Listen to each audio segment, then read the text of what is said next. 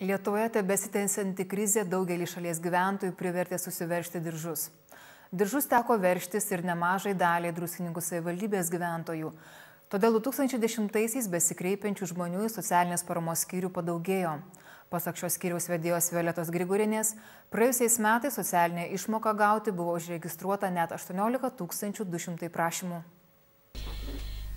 Piniginė socialinė parama turbūt kaip ne viena sritis 10 metais klestėjo pinigų prasme.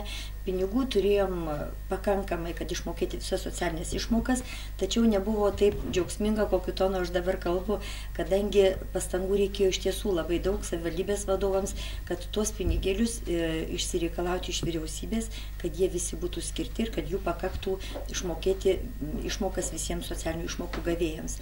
Jeigu lygintume pradedant 8 metais, tai 2008 metais piniginiai socialiniai paramai buvo skirta 3,5 milijono litų.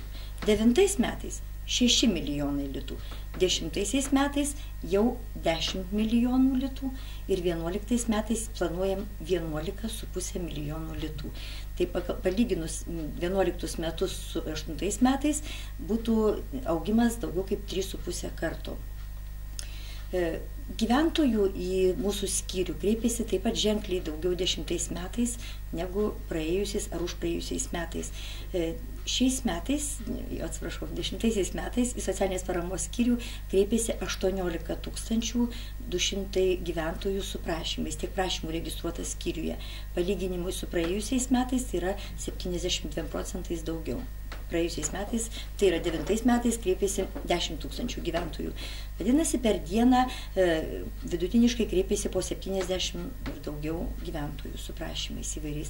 Aš į tą skaičių neskaičiuoju visos gaunamos korespondencijos, gaunamų ir siunčiamų raštų. Čia tiek gyventojų kreipėsi į paramos skyrių.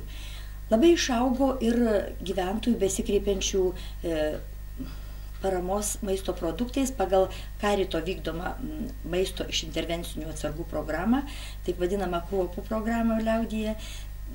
Pagal tą programą 8 metais paramą gavo 1600 gyventojų, 9 metais jau 3,5 gyventojų ir 10 metais arti 5000 gyventojų šią paramą pasinaudojo. Išaugo socialinių pašalpų ir kompensacijų gavėjų skaičius. Socialinės pašalpas ir kompensacijas, priminsiu, gauna tie asmenys, kurių mažos pajamos ir turtas neviršija nustatyto turto normatyvo. Kitaip kalbant, patys neturtingiausi savivaldybės gyventojai.